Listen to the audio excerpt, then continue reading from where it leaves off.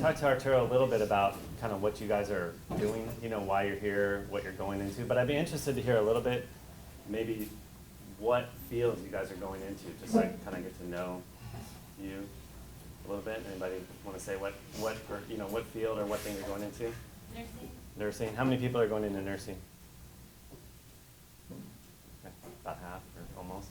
Anybody else? Which you're going into? Dental hygiene. Anyone else in that?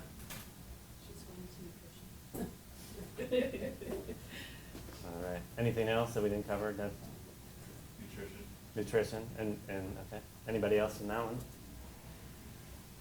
All right. And any others? That covers it? I'm considering Pharmacology. Pharmacology.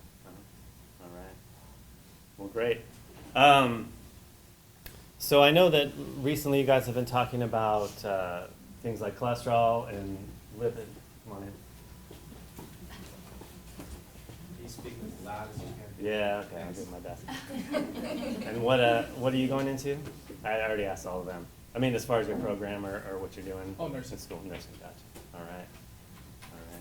All right. Well, like you said, I'm a chiropractor, and in terms of that, I focus on primary care of people's physical well-being, their spine, their physical health, their nervous system health. I have a personal interest in nutrition and supplements, so I study that pretty much nonstop on my own and help people understand that. And I know you guys have been talking about, like I was just saying, cholesterol, lipid metabolism, and that sort of thing. So I'm happy to share about my perspectives on that. And I have a lot of information about other stuff. If there's anything in particular you guys are interested in hearing about, I'd be happy to share that too.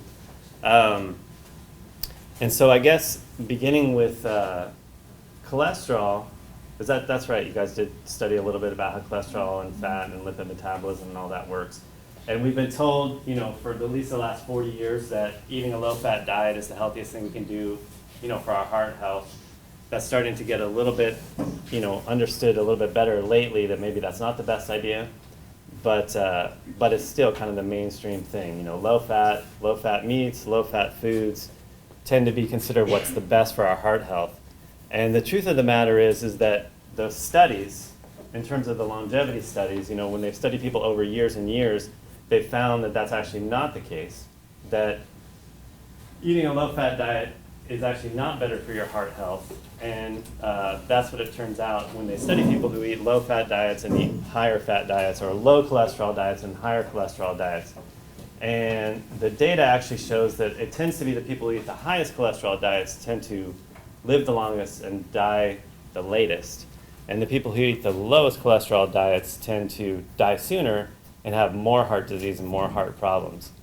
And I think my understanding of this story is the way it worked was that in the 50s and 60s, or maybe a little sooner than that, people started dying from heart disease.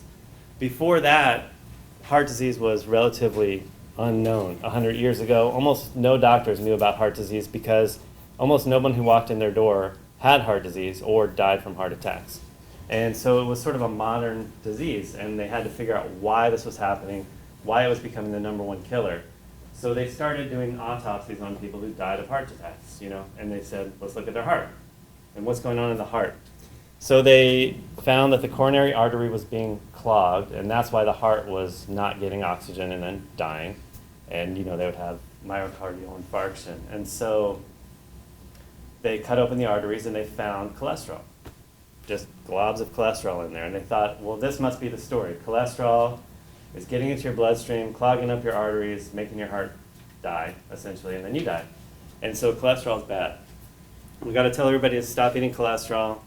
Well, where's cholesterol come from? Well, that's fat. Saturated fats have a lot of cholesterol, or, sort of. And so people need to stop eating saturated fats and stop eating fat because that'll save us from heart disease. So for 40 years, the USDA has been telling us to lower our fat intake. But the results are that heart disease has increased 600%. So clearly something isn't right with that story. And if you look at how the body works, you'll find that dietary cholesterol has little to no impact on, your blood level of cholesterol. Um,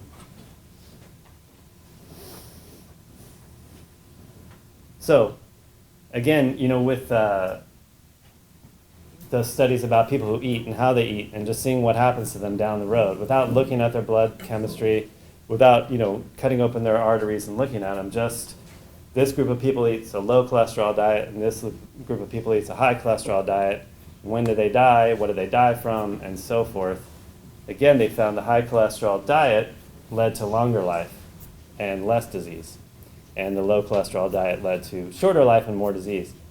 So obviously there's got to be something else going on. But if you look at how the body really works and how cholesterol really works in our heart, in our arteries, when we have heart disease and when those arteries start to clog, the truth of the matter is that, again, it has nothing to do with what you eat in terms of fat or cholesterol, and it has everything to do with the health of the inside of your arteries.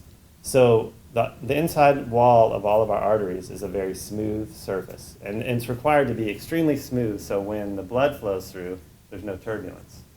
And what tends to happen is that in people who start to lose that health, the inside walls of their arteries start to become injured or damaged.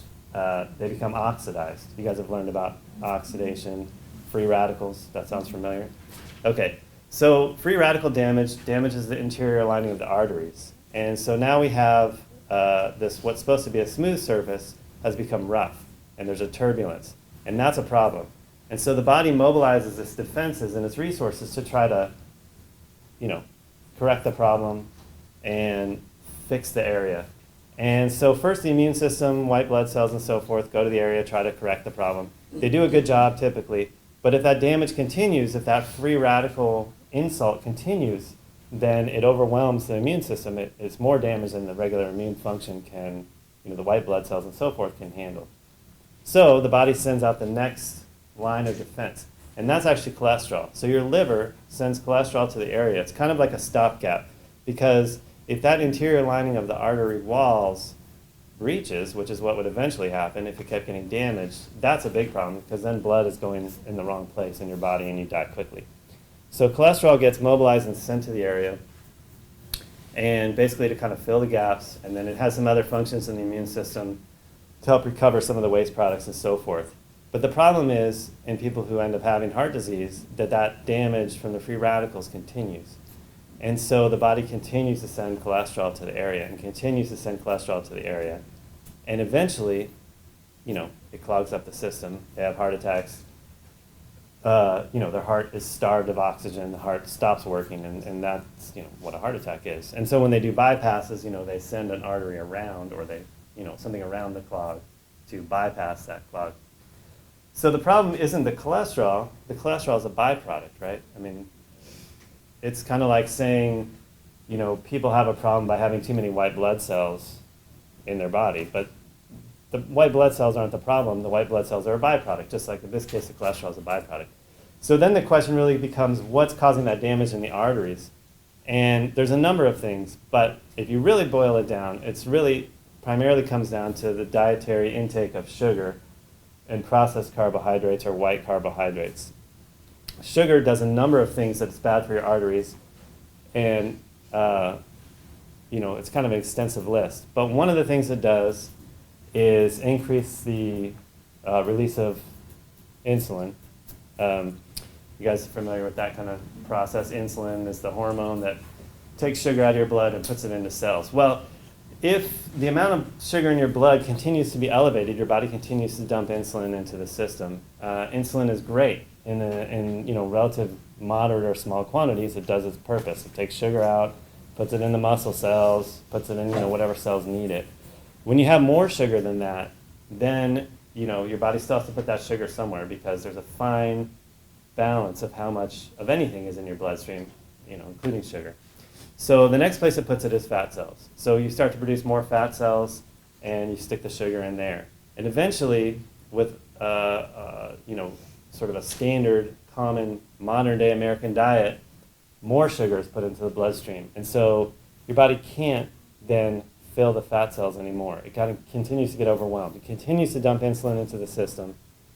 And you've heard of insulin resistance, type 2 diabetes. So what happens is your cells start to deregulate. or down regulate, I guess is the way you'd say it. So the receptors on the outside of the cells, have you guys gotten into that yet? How the receptors work on cell membranes? That's what the cells become sensitized or desensitized to whatever is in their environment. So more sugar, more insulin in your environment, the cells become desensitized to that. Anything that there's more of, your cells desensitize. Anything that there's less of, they upregulate. So cells become desensitized. Sugar, there's still more sugar, more insulin gets dumped in the system, trying to put it somewhere, because we're eating it, and we're eating it in everything. And so one thing that insulin does, once it reaches a certain level in our system, it becomes a potent pro-inflammatory chemical. So at regular or low levels, it's great. Stuffs the sugar away, everything's good, gets metabolized, you're good to go.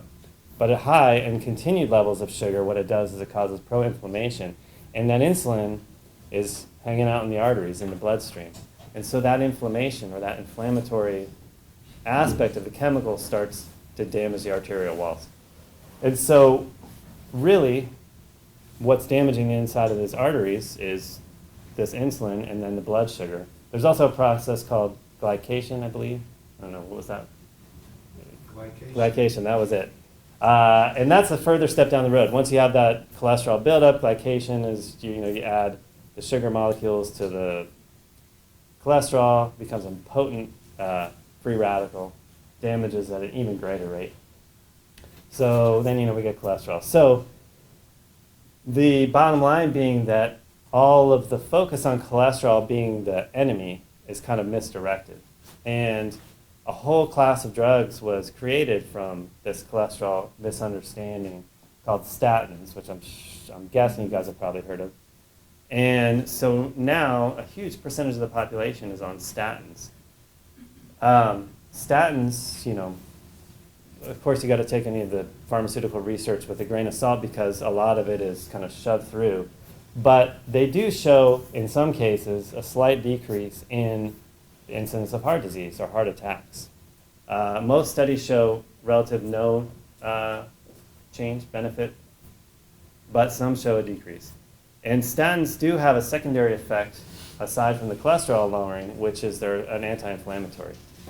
And so the benefits that are derived from statins could be attributed to the anti-inflammatory effect of them. But the other thing they found, the people who've really taken the time to study, if you start artificially lowering the cholesterol in the body, what else happens? Because cholesterol is in everything. It's an important molecule. It's kind of unfortunate that it's been so demonized because, what's that? Your cells don't have the right structure anymore because cholesterol is a membrane plasticizer, right? So it kind Absolutely. of keeps the form. So if you don't have cholesterol, your cells going to be like smooshy.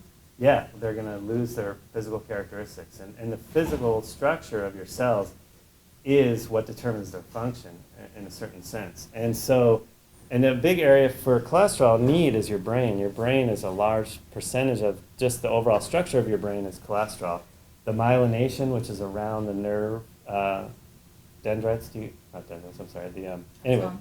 yes, axons, helps that nerve transmission. It helps it proceed at the right speed. It protects that area. And those are primarily made out of cholesterol. So what they found is that even if, or in cases where the heart disease incidence was reduced, they found that the all-cause death rate, have you heard of that, all-cause death rate? That's the rate of people dying from any cause, actually increased.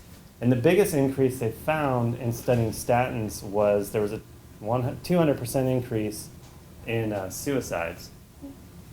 But, it sort of seems startling or surprising. But if you think about your brain being the main area that requires cholesterol, I mean, everywhere it does, but your brain relies on it a lot. And so if you start starving the brain of cholesterol, the brain's not going to function right. And one of the outcomes of your brain not functioning right is you feel depressed. And, so that's what they, speculated why that was one of the things that raised. Also, many forms of cancer are raised because your immune system requires cholesterol. It uses it heavily. And so when we start artificially lowering that amount of cholesterol, it sends the body into this sort of state of chaos. Another thing